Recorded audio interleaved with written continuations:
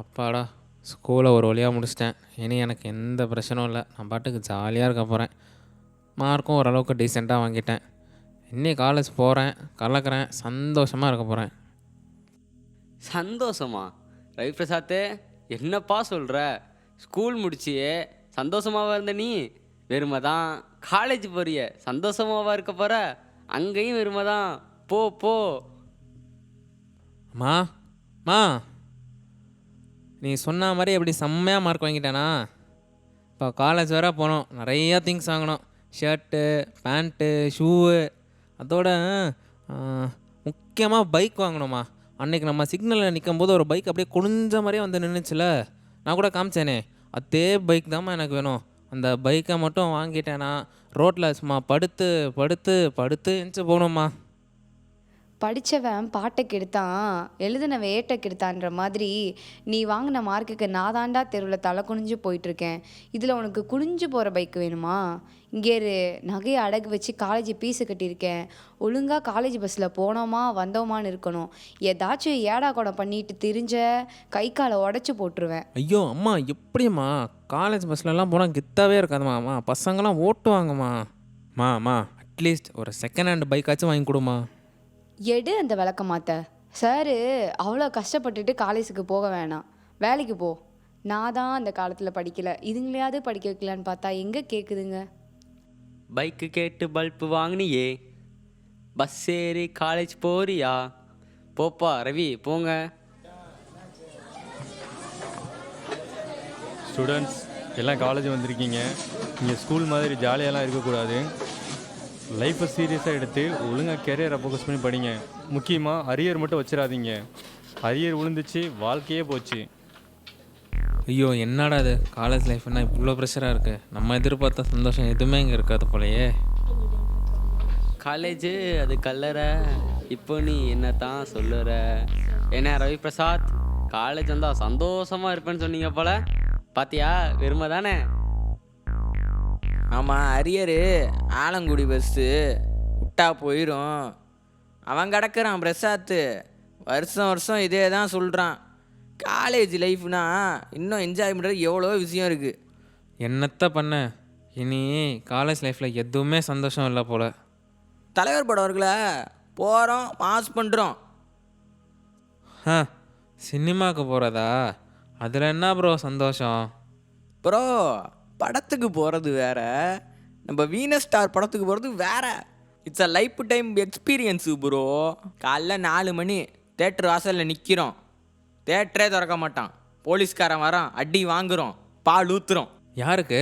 தலைவருக்கு தான். சும்மா பேனரில் தலன்ட்டு பாலை ஊற்றுறோம், தேட்டரில் பாயிரும், சீட்டை உடைக்கிறோம், ஸ்க்ரீனை கிழிக்கிறோம், வெட்டிக்கிறோம், சும்மா என்ஜாய் பண்ணுறோம்டா.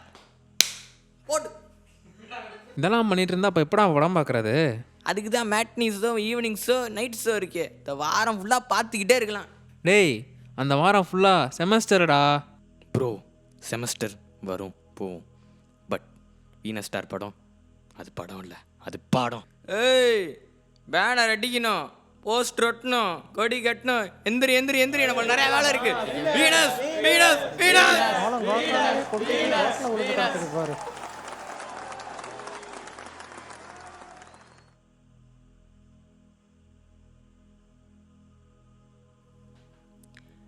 டே வீனஸு, அடுத்த வாரம் தலைவர் படம் ரிலீஸுடா. மன்ற வேலை பார்க்கணும்டா, சீக்கிரம் வா. தண்டம், அவன் வருவான், நடிப்பான், காசு சம்பாதிச்சுட்டு போயிட்டே இருக்கான். எனக்கு அரியர் விழுந்துருச்சுடா, என்னை படிக்க விடுங்கடா. பிரசாத்து, சினிமாவில் சந்தோஷத்தை தேடி போனியே, என்ன ஆச்சு? வெறுமை தானே. காசும் போயிருச்சு, தியேட்டரில் பண்ண ரகலையில் கேஸும் வந்துருச்சு, பத்தாவதுக்கு எல்லாத்துலேயும் அரியரும் விழுந்துருச்சு. இப்போ என்ன பண்ண போற? என்ன பண்ண போற? இப்போ என்ன பண்ண போற? தம்பி, உங்களை தான் என்ன பண்ண போற? ஐயோ, தலையே பிச்சுக்கலாம் போல இருக்கே. என் வாழ்க்கையில் இனிமேட்டு ரிலீஃபே கிடையாதா? ரிலீஃபு, ரிலாக்ஸு, ரெஸ்ட்டு எல்லாமே ஒரே ஒரு விஷயத்தில் தான் இருக்குது. அது ஒரு கோப்பையில் தான் இருக்குது. அட போடா, வாழ்க்கையில் ஏற்கனவே பிரச்சனை மேலே பிரச்சனையாக இருக்குது. இதில் நான் குடிச்சு வந்து நட் ரோட்டில் விழுந்து கிடக்கணும், அதானே? மச்சான், போதை ஒரு நாளைக்கு தான். ஆனால் அதிலிருந்து வர ஞாபகங்கள் வாழ்க்கை ஃபுல்லாக இனிமையான தருணங்கள். நான் சொல்லலை, அட்டிகஸ்ன்ற ஒரு ஸ்காலர் சொல்கிறாரு. ஏய் சும்மா இருடா, நானே வெறுத்து போயிருக்கேன். உலகத்தில் என் அளவுக்கு இப்போ யாருமே வெறுமையாக இல்லை. மச்சான், யாரா இந்த உலகத்தில் சந்தோஷமாக இருக்கா? If you can be happy, at least you can be drunk. நீ சந்தோஷமாக தான் இல்லை, அட்லீஸ்ட் உன் சோகத்தை மறக்க குடி. இப்போ நான் என்ன தான் செய்யணும்? First you take a drink, then the drink tax you. Drink drink drink drink. டேய் குடிச்சிருக்கியாடா குடிச்சிருக்கியாடா? இப்படி குடிச்சு தெருவில் மானத்தையே வாங்குறியா? காலேஜ் டாஸ்மாக நினைக்கிறான் பாரு. ரவி பிரசாத் பார்த்தீங்களா? ஆபீஸில் ஆளே காணோம்.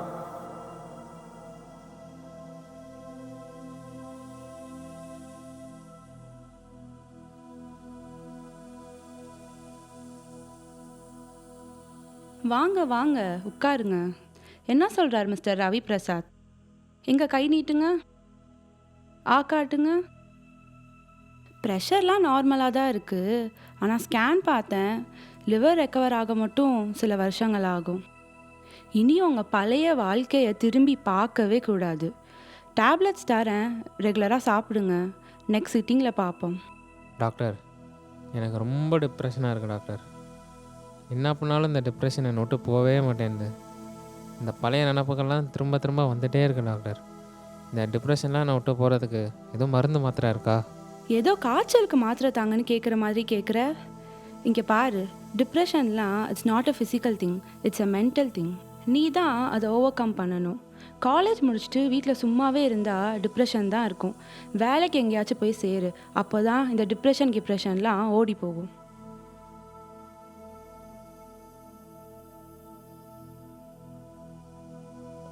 ஓகே மிஸ்டர் ரவி பிரசாத், இன்டர்வியூவில் உங்கள் பர்ஃபார்மன்ஸ் ஒன்றும் அவ்வளோ திருப்தியாக எங்களுக்கு இல்லை. தமிழ்ச்செல்வன் உங்களை ரெஃபர் பண்ணியிருக்காரு, அதுக்காக உங்களை எடுக்கிறோம். நல்ல பொறுப்பாக ஒர்க் பண்ணுங்கள்.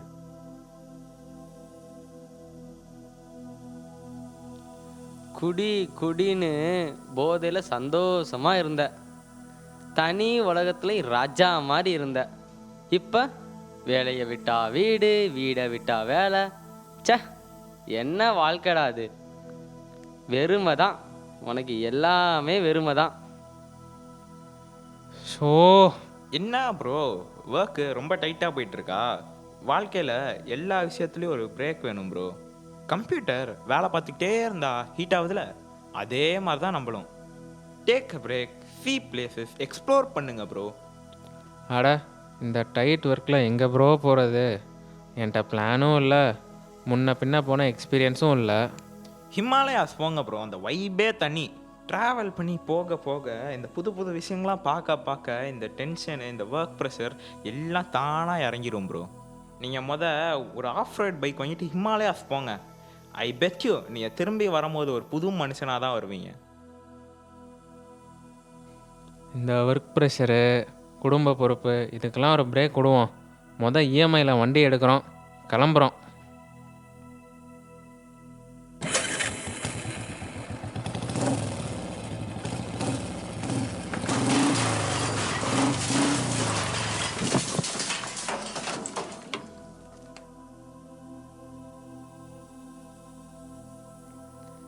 பிரசாத்து, இஎம்ஐ போட்டு பைக் வாங்கி இமயமலையே போனியே, என்ன ஆச்சு? நிம்மதி கிடச்சிச்சா? போகிற வழியிலேயே ஆக்சிடெண்ட்டு, வண்டியும் காலி, கை காலும் உடஞ்சிருச்சு, வெறுமையும் கூடிருச்சுல. வெறுமை தானே?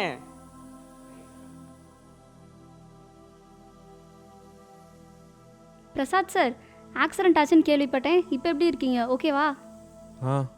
இப்போ பரவாயில்ல. ஒர்க் ப்ரெஷர்லேருந்து பிரேக் எடுக்க தான் நானே ஹிமாலயாஸ் போனேன். நானே இப்போ பிரேக் ஆகி தான் வந்திருக்கேன். பாய்ஸ் ரிலாக்ஸாக பிரேக் எடுக்க இவ்வளோ செலவு பண்ணியா போவீங்க? ஆமாம், நான் பார்க்குற நேரம்லாம் இப்படி ஒர்க் பண்ணிகிட்டே இருக்கீங்களே, நீங்களாம் எப்படி இவ்வளோ ரிலாக்ஸாக இருக்கீங்க? எப்படி தான் இந்த பிரேக்லாம் நீங்கள் எடுக்கிறீங்க? அதுதான் பாய்ஸுக்கும் கேர்ள்ஸுக்கும் உள்ள பெரிய வித்தியாசமே. நாங்கள் எதை பண்ணாலும் ஸ்மார்ட்டாகவும் பண்ணுவோம், அதை பட்ஜெட்லேயும் பண்ணுவோம். ஃப்ரீயாக ஒரு அட்வைஸ் சொல்கிறேன், கேட்டால் கேளுங்க. ரிலாக்ஸேஷனுக்கு ஏன் இவ்வளோ செலவு பண்ணி போகிறீங்க? சிம்பிளாக இருந்த இடத்துல இருந்தே நெட்டில் வெப் சீரிஸ் ஃபோன்லேயே பார்க்கலாம். காமெடி, ஆக்ஷன், த்ரில்லர் எல்லாமே கையிலேயே இருக்குது. பாருங்கள், பார்த்து ரிலாக்ஸ் பண்ணுங்கள். ஆமாம், நான் தான் எல்லாத்தையுமே இப்படி ஃப்ரீயாக பார்க்கலாமே, எதுக்கு வேஸ்ட்டாக இவ்வளோ செலவு பண்ணிக்கிட்டு? Right choice. 24 மணி நேரம் அந்த ஃபோனிலேயே தான் இருக்கான். என்னதான் இருக்கோ. என்னயா சீரீஸ் பார்த்தா ப்ராஜெக்ட் முடிச்சியா?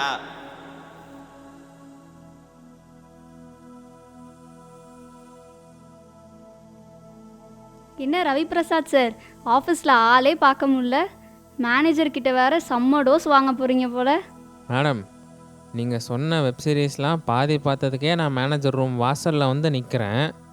இதில் நீங்கள் ஃபுல்லாக பார்த்துட்டேன்னு ஸ்டேட்டஸ் வேறு வைக்கிறீங்க, எப்படி? நான் எங்கள் வீட்டில் பார்க்குறேன்.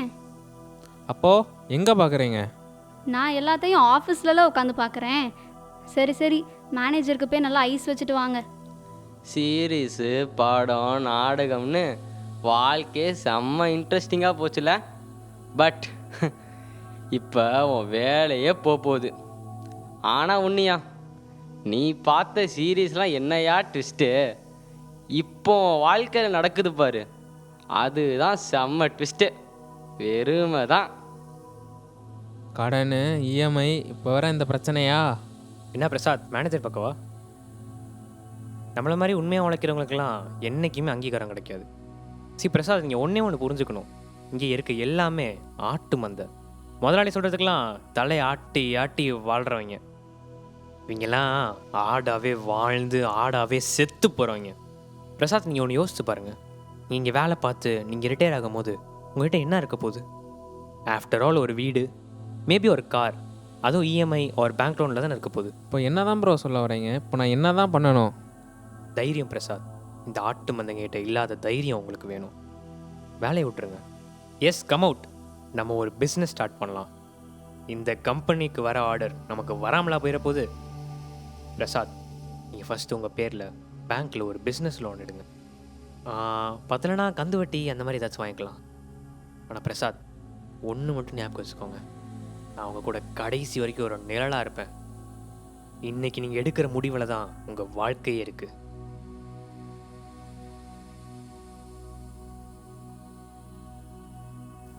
யோ, கடனை வாங்கினா திருப்பி கட்ட தெரியாதா உனக்கு? ஏய், 1 மாதத்தில் பணம் தரேன்னு சொன்னல, என்னாச்சு? ஏய், என்ன காசை தர மாட்டியா? உன்னை என்ன பண்ணுவேன் தெரியும்ல? குடும்பத்தோட தூக்கி விளாட வச்சிருவேன்.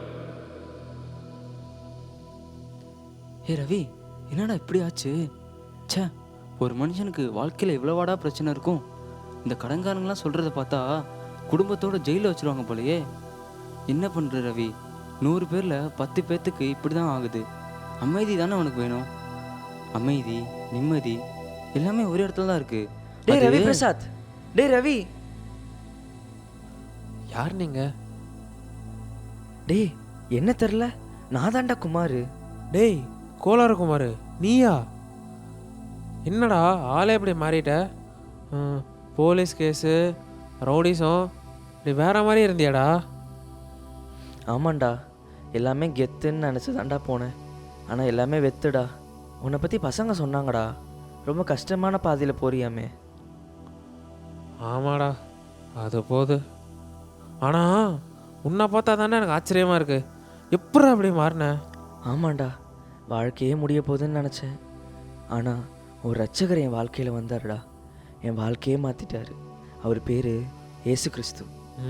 சரிடா, அவர் உன்னை தேடி வந்து உனக்காச்சும் சந்தோஷம் கொடுத்தாரே, எனக்கெல்லாம் எங்கடா? எனக்காக மட்டும் இல்லை, உனக்காகவும் தாண்டா வந்தார். ஏன், இந்த உலகத்தில் இருக்கிற எல்லாத்துக்காகவும் தாண்டா வந்தார். நீ நிம்மதிக்காக பல விஷயத்தை தேடி போன, ஆனால் அவர் உன்னை தேடி வந்தார். ஆமாண்டா, பைபிளில் போட்டிருக்கு, இதோ வாசல் அருகே நின்று கதவை தட்டுகிறேன்னு. நீ உன்னை அர்ப்பணித்து ஏசு கிறிஸ்துவை உன் சொந்த ரட்சகராக ஏற்றுக்கோ. கண்டிப்பாக கர்த்தர் உனக்காக யாவையும் செய்து முடிப்பார்.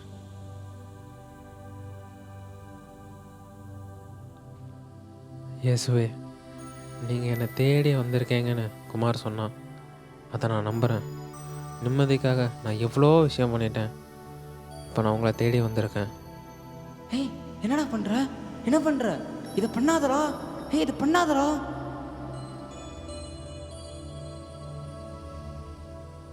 இயேசுவே, என்னை நான் முழுசாக அர்ப்பணிக்கிறேன். எனக்காக நீங்கள் யாவையும் செய்து விட்டீங்கன்னு நான் முழுசாக நம்புகிறேன். ஆமேன்.